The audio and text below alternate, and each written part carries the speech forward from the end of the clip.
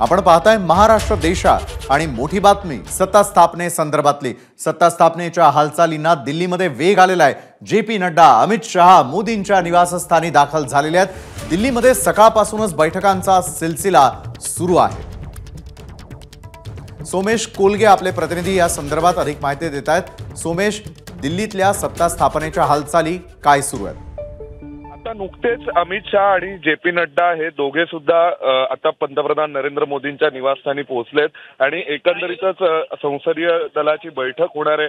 त्या बैठकीमध्ये पंतप्रधान नरेंद्र मोदींना नेता म्हणून निवडलं जाणार आहे। ज्या वाटाघाटी झालेल्या आहेत त्या वाटाघाटी इतर पक्षातील खासदारांना कोणती मंत्रिपदं द्यायची या संदर्भातील जे निर्णय झालेत त्या सगळ्या निर्णयांवर आता पंतप्रधान नरेंद्र मोदी, जेपी नड्डा आणि अमित शहा चर्चा करणार आहेत आणि त्यानंतर मग आता येत्या 3 ते 4 दिवसांमध्ये शपथविधी होतोय। तर त्या शपथविधीच्या दृष्टीने आधीच सगळ्या मंत्र्यांची नावं आणि पोर्टफोलिओ फायनल करण्यासाठी आता नड्डा आणि अमित शहा हे पंतप्रधान मोदींसोबत चर्चा करणार आहेत असं आपल्याला कळतंय। नक्कीच धन्यवाद आपण दिलेल्या या सविस्तर माहितीसाठी। तर सत्ता स्थापनेच्या दृष्टीने फार मोठ्या घडामोडी दिल्लीत या क्षणी घडत आहेत। बघा नीट,